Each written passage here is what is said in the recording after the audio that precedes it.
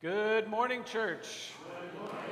It's great to see you all. The time is exactly 9:50, so it's time for class. Thanks for being here and on time. We are continuing our roll through the prophets. This is a very brief overview. We are not even going to get to the minor prophets. They have a lot of beautiful things to say, as a lot of people will tell you. You know, like the prophet Micah. That's a really great verse, right? There are wonderful parts in all of those as well, but I want to give you a big overview of some of the bigger books so that you have a working memory. The goal here is not that you become a scholar, it's that you have a working memory of these texts and what they're talking about. Well, today we're talking about the book of Ezekiel, and I've subtitled this, We Have Abandonment Issues.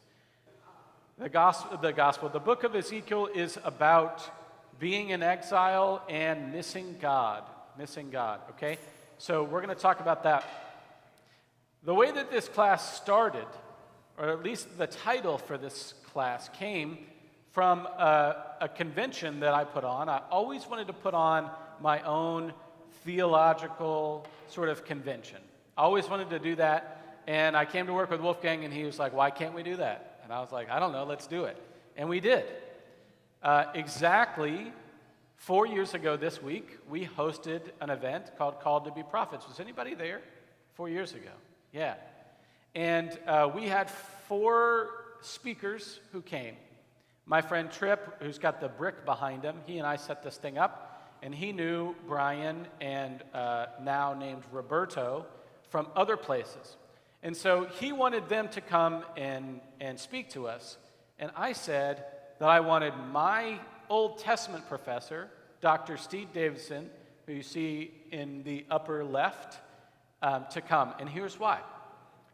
There's a difference in scholars in seminaries, okay, in 2 different areas. And these are generalizations. There are other kinds of scholars out there. But I want you to know this.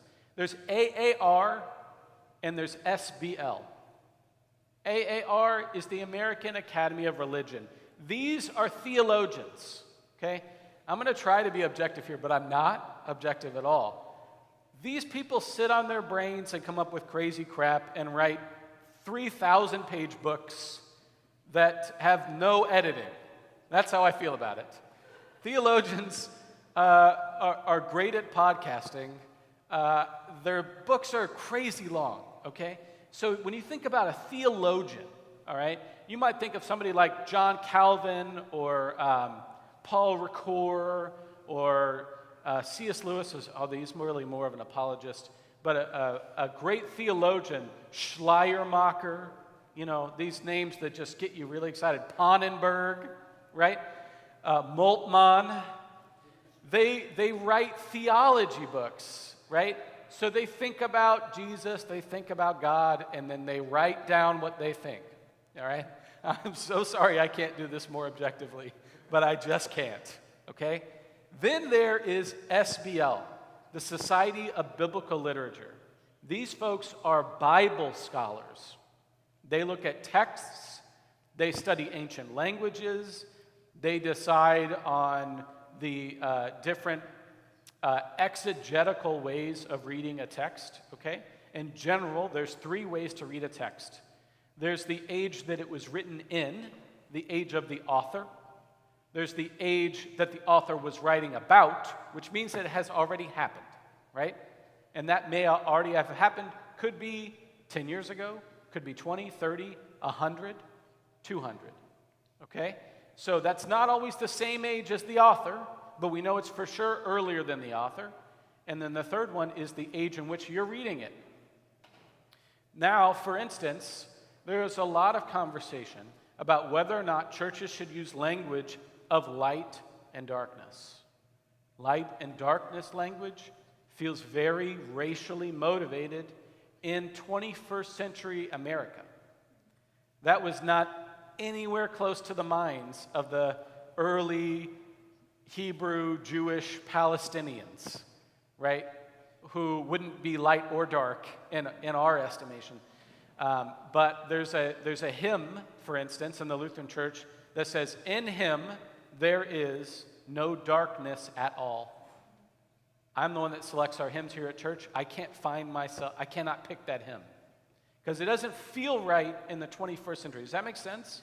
But 50 years ago, that wouldn't have occurred to most people, and it may not have offended. Do you see what I'm saying? There are 3 layers of history in general that you can read. Okay, so the Society of Biblical Literature are the Bible scholars. They're the ones who write Bible commentaries. They're the ones who do deep research about what the text is saying in any of those 3 histories. All right? So obviously, you've noticed that I am #Team SBL. All right? I'm not a scholar in any way, not a theologian or a Bible scholar, but I would lean much more toward Bible scholarship than I would toward theology. So every now and then, somebody as a compliment, on the way out the door will say, "Oh, I love that you're a theologian," which I'm for sure not, right? And I also don't lean that way. I lean much more towards the Bible. What is the Bible saying? The reason that I ended up that way is because I had a great professor. This was my professor, Steve Davidson. This is me taking him to the airport exactly 4 years ago today. After he came here to Christ the King, and I was like, I didn't take a picture of us the whole time, so there's a picture of us at the airport with my trunk open of my vehicle. I met Dr. Davidson when I started seminary. I was 24 years old. We all thought he was super cool, and we grew mustaches like his mustache so that we all looked super cool, except I was 24 and couldn't really grow a mustache, but I tried. I just thought he was really great. That year, which I guess was 2008, there's the annual conference is called AAR-SBL. So they used to have separate conferences, but they realized that seminaries would send like one of each, and it was cheaper if they shared a room. So they put the 2 conferences together, all right?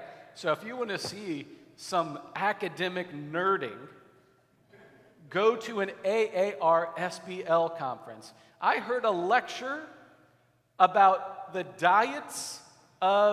likely diets of Jesus and his disciples, and how the diets would make them, shall we say, very regular, and that made its way into the Gospel of Mark, where every single time something happens, they leave immediately. Okay? This is like people defending papers, there's like panels about stuff like that, right? It's like intense. I nerded out. The reason that I went to this conference is because I was in seminary with Dr. Davidson in Berkeley, California, and the AAR-SBL that year was in San Francisco. And I had a great teacher who said, your grade depends on you all going. And I'm so glad that I went. And every year that it happens, I kind of wish that I could go, right? Even though it's like way above me. These are the academic elite. I took 4 classes with Dr. Davidson. I rearranged my schedule to take all of his classes. I even convinced him to let me sit in on a PhD class where I pulled a B-, which I felt pretty good about. It was a lot of reading. But a great teacher leads you to great subjects. Isn't that true?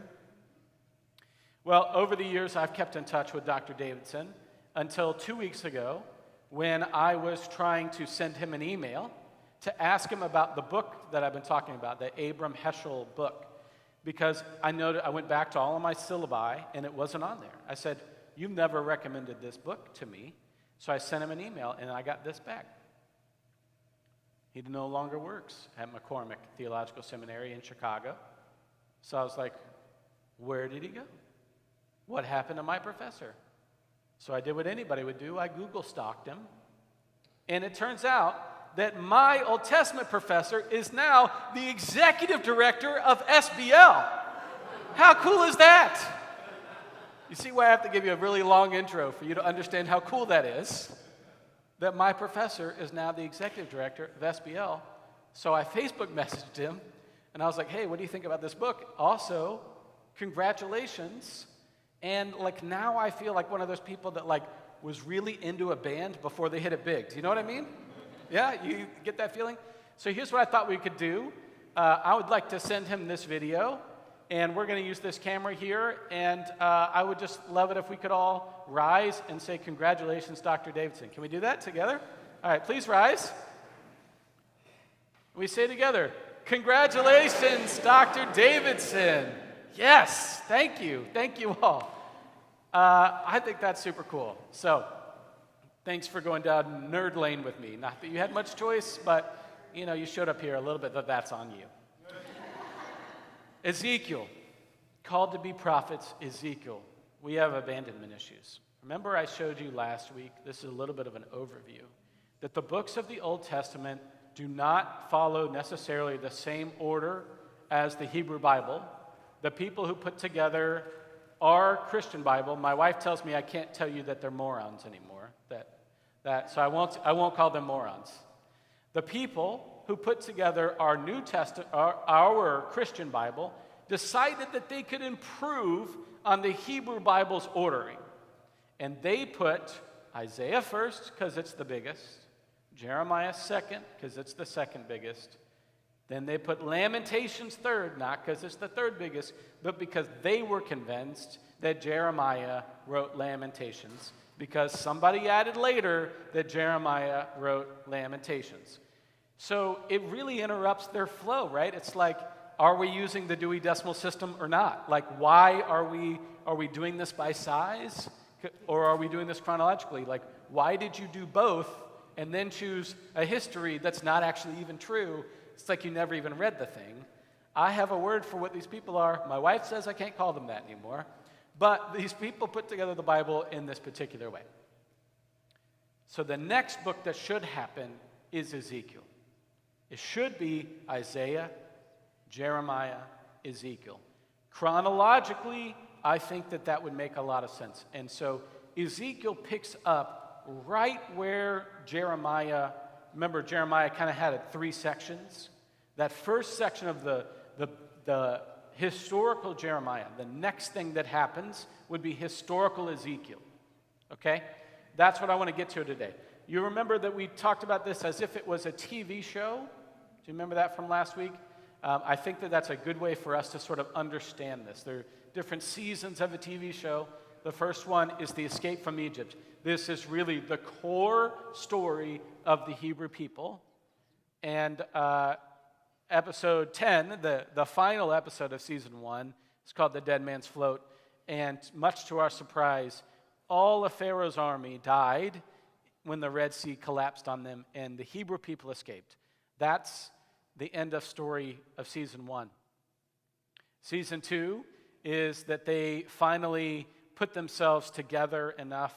This is a fledgling city-state. This is not a city that has all the laws and all the rules. This is a city that didn't used to have any rules, and now we have to invent rules for the first time. Those rules have already been invented in Babylon and other places that had been around longer. The Code of Hammurabi, for instance, is sort of the law of the day, right? The philosophical laws that make their way into our Christian Bible. And I told you episode 2, Uriah Be Kidding Me, is when David finds Bathsheba on the roof, decides he's going to marry her, and sends Uriah, her husband, into battle on the front line to make sure that he dies. Season 3 is when, after King Solomon is king, his sons do not do a good job. The kingdom divides in two. The north splits from the south. I know that's hard for us. The north splits from the south.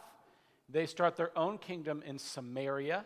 That becomes their capital, which is why when Jesus comes along 700 years later, they're still very divided, right? The north and the south still don't get along because ancestrally they had different kings, okay? The northern kingdom, then, the newer kingdom, gets defeated by the Assyrians, who show up as blue, who are pretty bad. And I told you, Benedict Cumberbatch guest stars as the king of Assyria, Sennacherib II, who comes down, defeats the northern kingdom, gets all the way down to the southern kingdom, doesn't break into their walls. he declares victory, but King Hezekiah, who's on the other side of the wall, has Isaiah with him, and they prevail. They do not get killed. Hezekiah then writes that he won the war, so you can never stop men from claiming victory, even when it was a stalemate. Season 4. This is the season that we are in. And I told you last week, Jeremiah wasn't just a bullfrog is episode 9 out of 10. It's the second to last. It's the penultimate part of season 4, as we would say, which is that the Babylonians have defeated the Assyrians, and they have made their way. Their king's name is Nebuchadnezzar. All right, you've heard that name before? Yeah, we're going to talk about Daniel, and you're going to hear more about King Nebuchadnezzar, as shows up in the book of Daniel next week.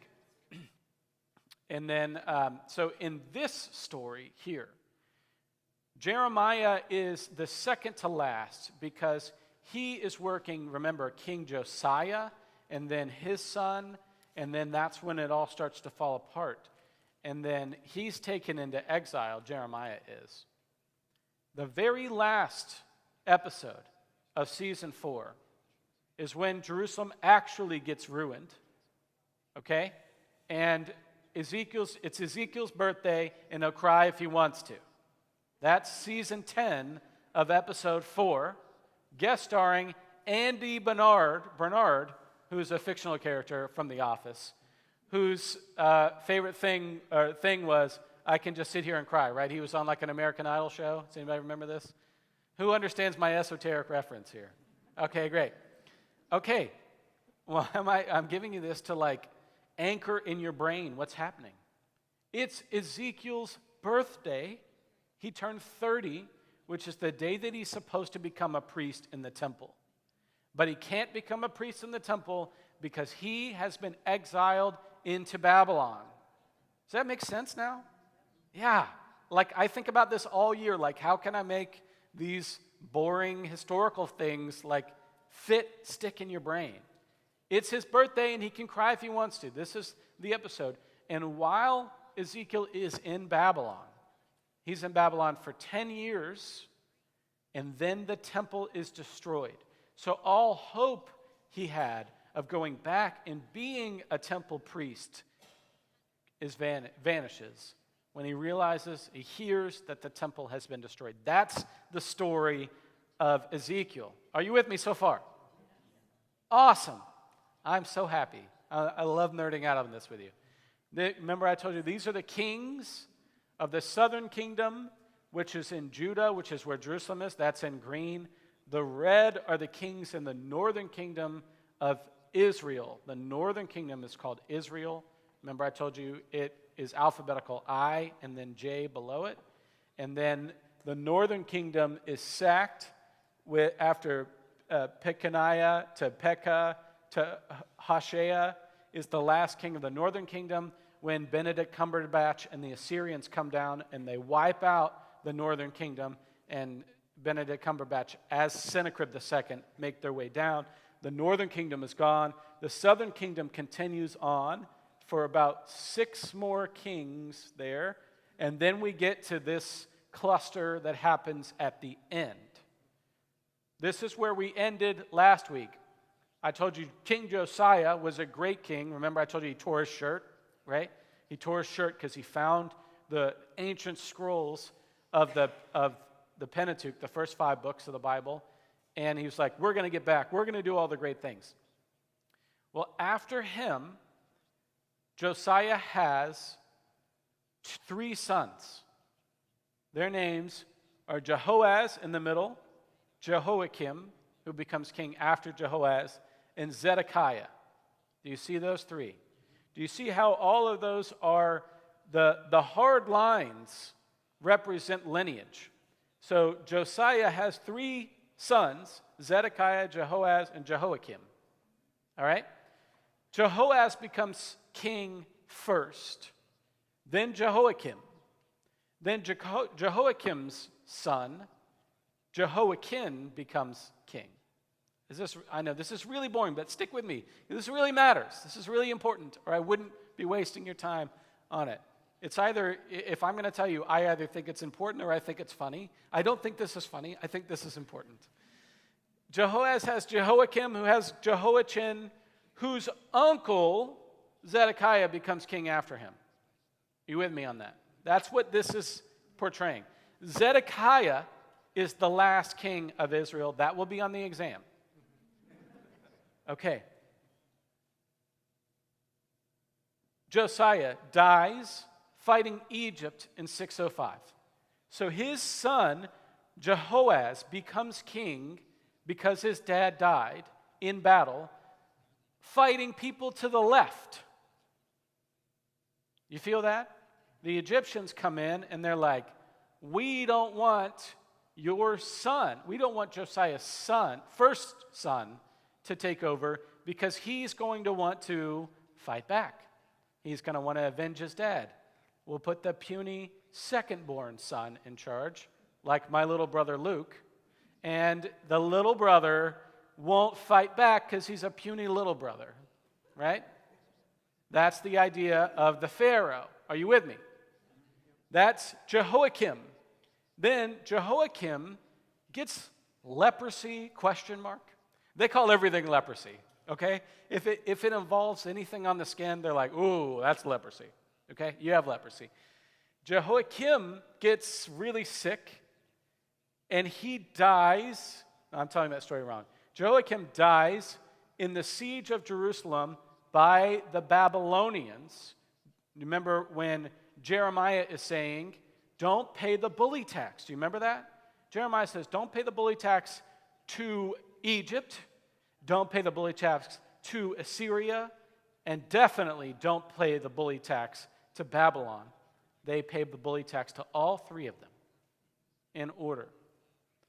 Jehoiakim dies in the siege by the Babylonians in 598 BCE.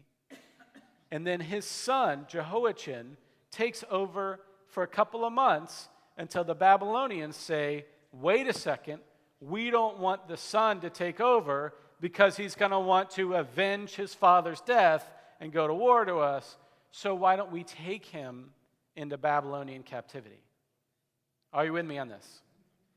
Then Jehoiachin's uncle, Josiah's third child, Zedekiah, becomes the last king, and basically he lasts long enough for the ramparts to be torn down, the walls torn down in Jerusalem, and then eventually the temple is destroyed in 587.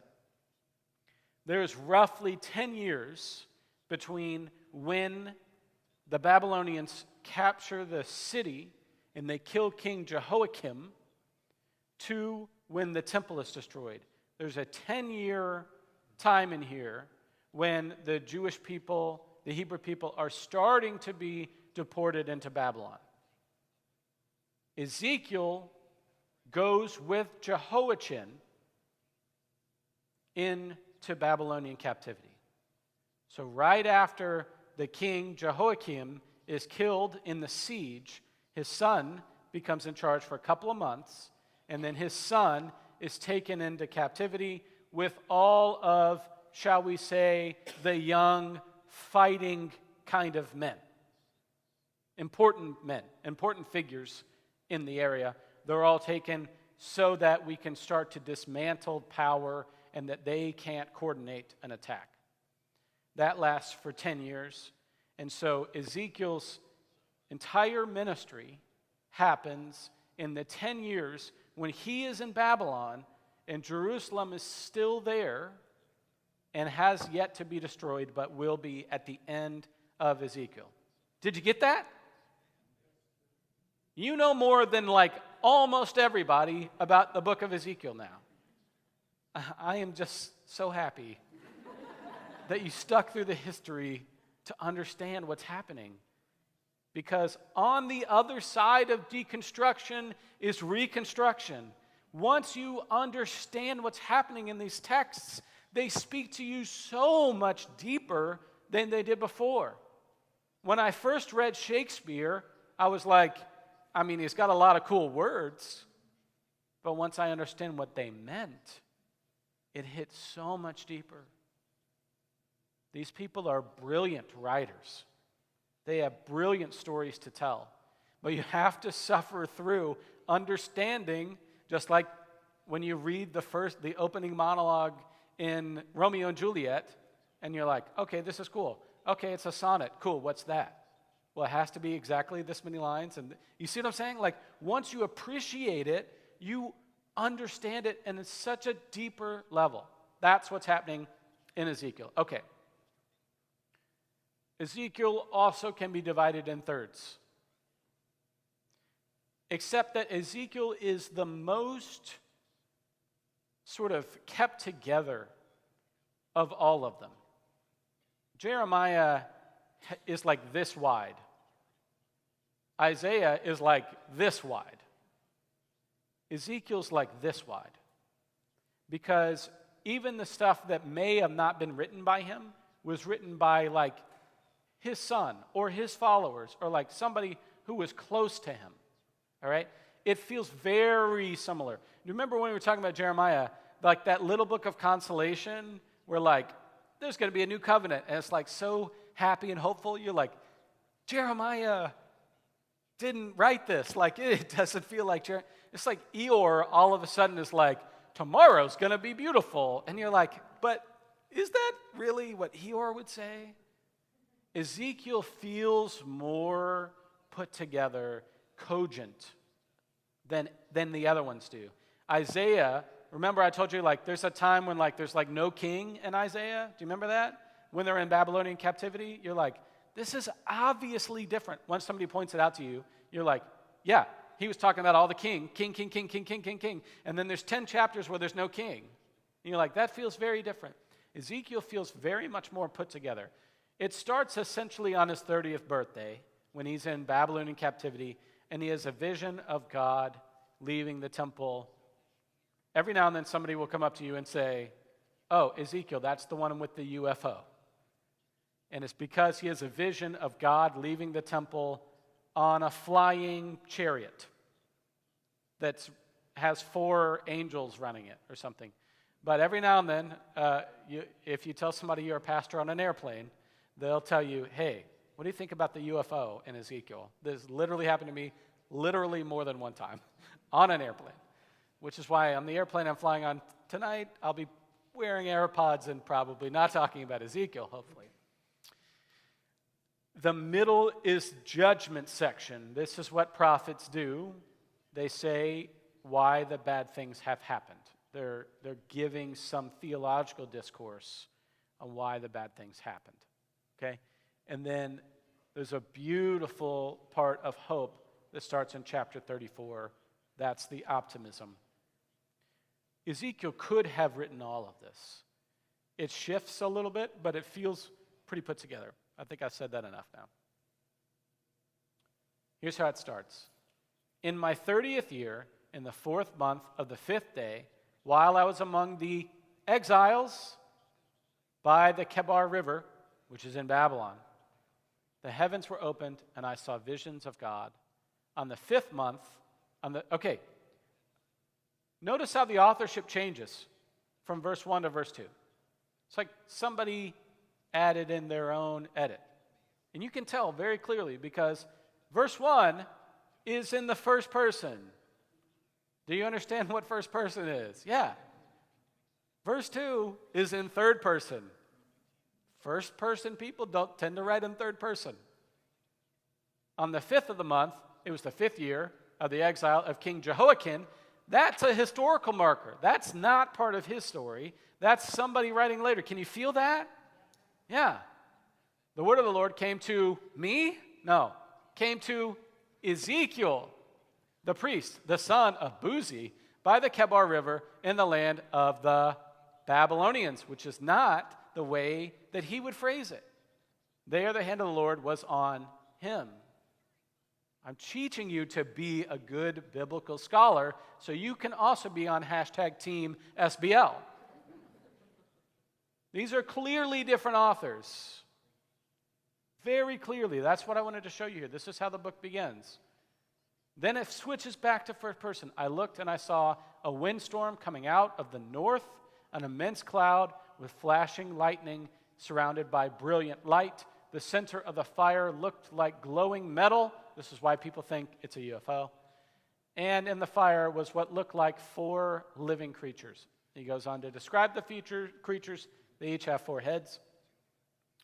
Above the vault, over their heads, was what looked like a throne of lapis lazuli, which is this rock formation you see here, which was very big in Babylon. Okay? And it has a little bit of like mica in it. And high above the throne was a figure that looked like that of a man. This was the appearance of the likeness of the glory of the Lord. When I saw it, I fell face down, and I heard the voice of one speaking. All right, this is a big deal because God was believed to live in the temple. The whole temple was designed to be a really great, we don't call them in the zoo, we don't call them cages anymore, we call them enclosures, right? This is a really good enclosure for God, the temple, right?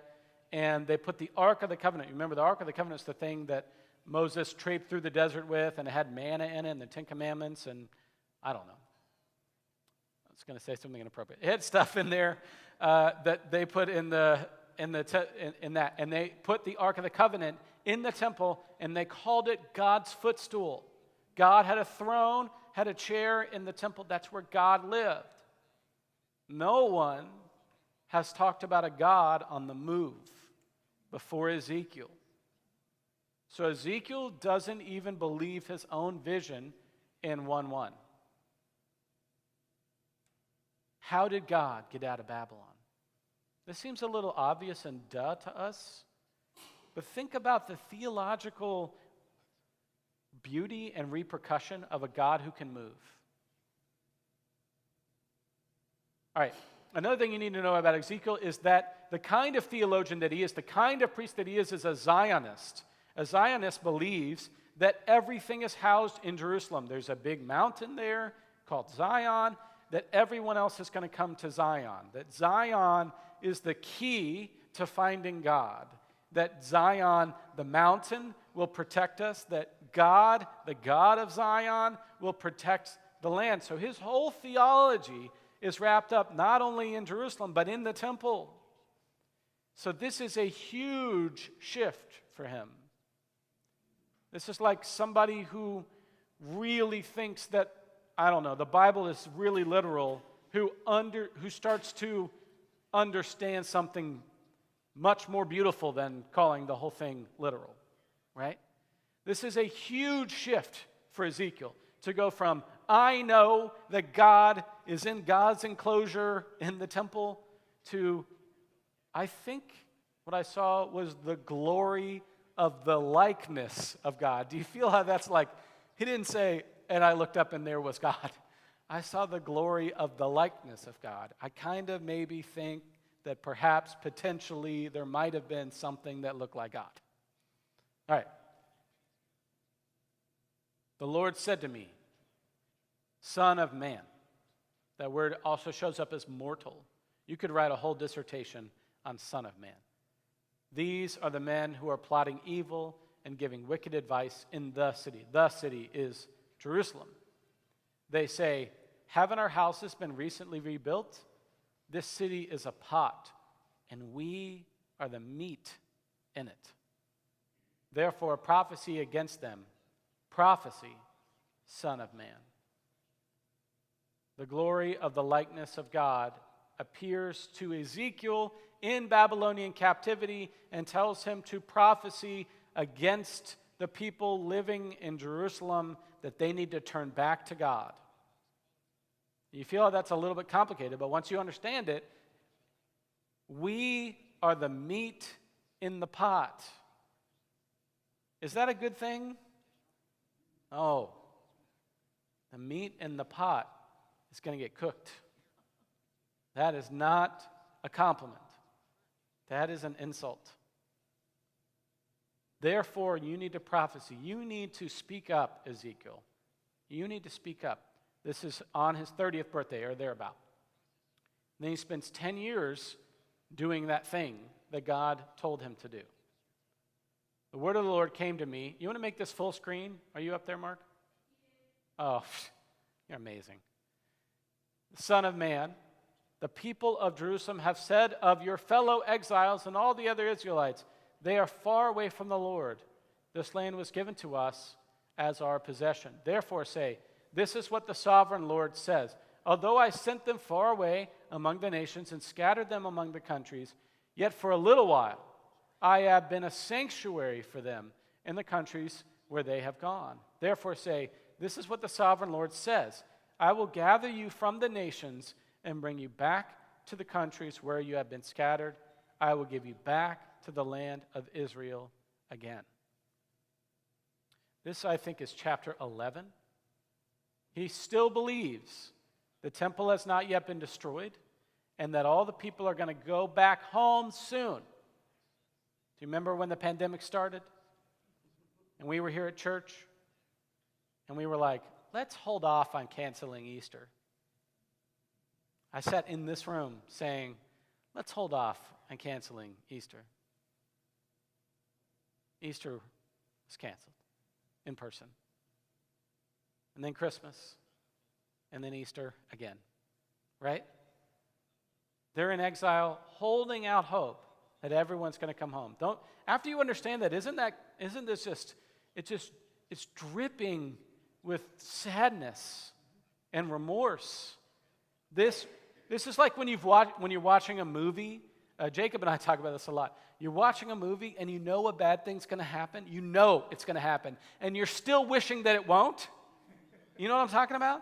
That's the sadness that's dripping from Ezekiel here. But notice how it says in the middle, I have been a sanctuary. I highlighted it in yellow here. This isn't God who lives in the enclosure in the temple. This is God who is a sanctuary. That's a beautiful evolution of theology, don't you think? I have been a sanctuary. Even when you can't come to me, I can come to you. It's beautiful. Then I've highlighted here in red something that I think needs mentioning. The land was given to us as our possession in red. And then at the bottom, I will give you back the land of Israel again. These texts are extremely complicated in our modern world because they are the ones that have asserted for the Israelis that this land belongs to them and not Palestinians. It's some of the language that went into after the Holocaust, moving a lot of Jews back into Jerusalem, which obviously has some good merit to it and also makes a very complicated living situation there, right? So this hope for a peaceful return home can also be used in a military sense, as many scriptures can be used by Jew, Christian, Muslim, Mormon, etc. Scripture can be wielded as a weapon. It was not intended that way. This was a hope that Ezekiel had, God had through Ezekiel for the people who were living in many different nations. The Babylonians didn't just move you home, move you to Babylon. They moved you everywhere. That was their way of dismantling your power. Because if Jehoiachin and Ezekiel and 1,000 other able-bodied men or whomever are in one place, what are they going to do? They're going to revolt. But you move them all around so that they are all refugees. They all speak a language not their own. And you realize that you've dismantled their power. The Babylonians were famous for this. Later on, the Jewish people assemble in Egypt to essentially put together the Hebrew Bible. Why are they in Egypt? Because a great number of them during the Babylonian exile were put into Egypt. Right? What's that called? When the Jewish people get together and they put their Bible together. Do you remember? Anybody been to a Latin class? All right. I'm going to look it up. I'm going to have to remember that. I was hoping somebody would remember that. Anyway, what's that? Yeah, diaspora means that they were spread all over the place. Yeah, no, this is a specific word, and I can't come up with this. The problem with lecturing live. It's complicated when we use Scripture to say and mean what we want it to say and mean. That's why I'm putting this up there for you. It was underlined in my Bible, which made me remember that Dr. Davidson made us talk about how complicated this was. Then there's a really good Halloween story in Ezekiel 37. Then he said to me, prophesy to these bones and say to them, dry bones, hear the word of the Lord. This is what the sovereign Lord says to these bones. I will make breath enter you, and you will come to life. I will attach tendons to you and make flesh come upon you and cover you with skin. I will put breath in you, and you will come to life. Then you will know that I am the Lord. Yes, Ezekiel has UFOs and zombies. And once you understand what's happening in the story of Ezekiel, he's imagining an army rising up, that the ancestors are so outraged that they are going to come back to life and that they are going to take back their land. Does that story hit different once you understand what's happening there? Yeah. Jesus, when he's walking down the road, entering into Jerusalem, they say, why are all these people shouting that you're the Son of Man, the Messiah? And he says, if they didn't, even these stones would cry out. It's that same idea here. I will make breath enter you is a callback to Genesis chapter 2, where humans were created when God put God's breath in them. That story of Genesis chapter 2 was arguably written down at this exact same time in Babylonian captivity. Now, it could have existed for a long time, but it was probably written down in Babylonian captivity. So that idea of God's breath or wind, the ruach in Hebrew, but the pneuma in Greek. So depending on which translation. Then you will know that I am the Lord. How many of you know that? How many of you know this story? Them bones, then dry bones. Yeah. Well, I hope that we've put some flesh on that story for you. What do you think? That was a good one. That was a good one. Come on. Not only does Ezekiel have a UFO and have zombies, it has Gog. Does anybody know what Gog is? If you play enough video games, you'll encounter Gog. Gog was Ezekiel's idea of like Thanos, some ultra villain who could take over different nations of the world and bend evil into its realm. Say, Gog shows up in Ezekiel 38. Every now and then you'll see it. I literally just Googled the word Gog, and this picture came up. So I don't have the rights to use this, but we're in an educational setting, so I think we're fine. But Gog is like the enemies of the world. It reminds me of like Lord of the Rings, right? When Sauron has these really ugly orcs that like do his bidding and stuff, and you're like, why are you following this guy, right?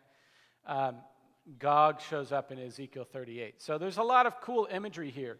There's a bunch more that I left out.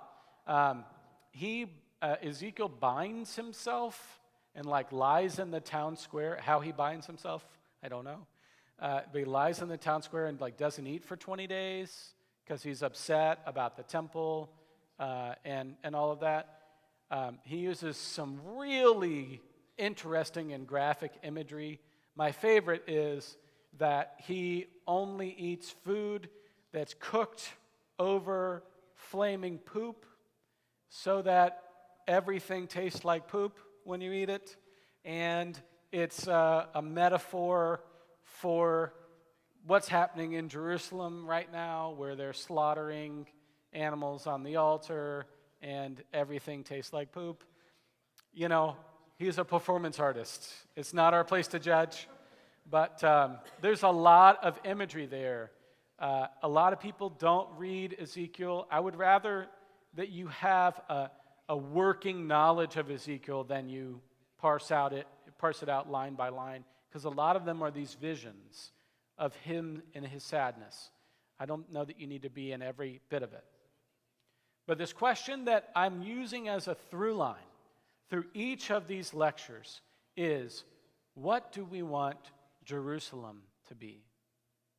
And I think we could parse out from that, we could extract from that rather, what do we want America to be? What is the society that we want to build? Once we've deconstructed, what will we reconstruct? This is a story through the prophets because they're written down in Babylonian captivity when things have been destroyed, and they're trying to reimagine what they want Jerusalem to be on the other side. Are we going to close our borders, not let anyone in, and worship God? Or are we going to open our borders and teach everyone else the way of God? This is the through line that shows up throughout these prophets. We're almost done.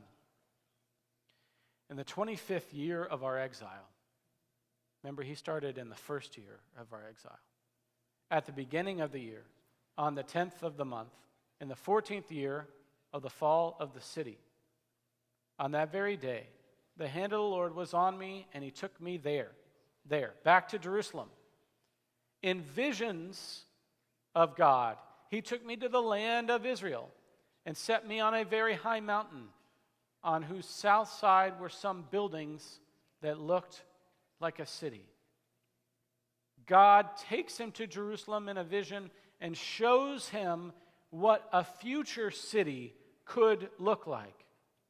Not a place that's been burned to the ground, but a hopeful vision of the future. Again, I told you that Dr. King read Abraham Herschel's book and carried it with him because he used demonstratively the idea of the prophets to rebuild a better society, because they all have deconstruction and reconstruction. They all offer hope of things yet unseen, things that have not yet happened, things that have yet to be built, that show beauty and justice and truth are in fact possible, but we have to build it. And you only hit what you're aiming at. And if we aim at a more just society, we can hit it, but if we don't aim for it, if we don't dream it, if we don't plan it, we won't achieve it. This is what the prophets can show us.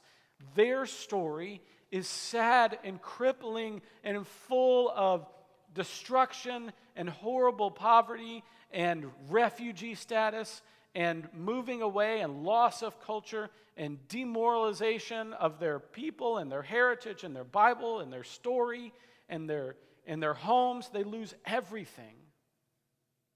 And yet, they don't lose hope. At the end of Ezekiel, in chapter 48,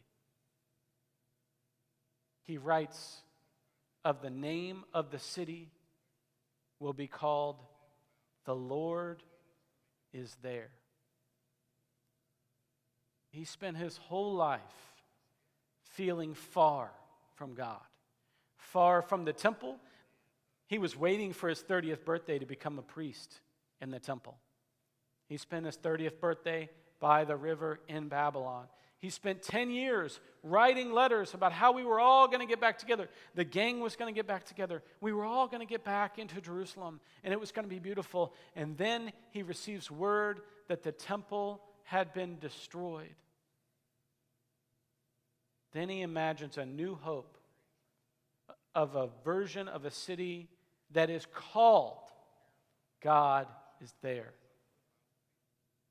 We no longer need God in the temple. God is our sanctuary. And a story that started out with abandonment ends with Emmanuel, God with us. So thanks for coming. Thanks for sitting through Ezekiel. Next week, I believe we're going to talk about Daniel and then Jonah. You're not going to want to miss these. They are super fun and funny. You've never heard this before, but it's going to be great. Come back next week. Thanks, everybody. Thanks for coming.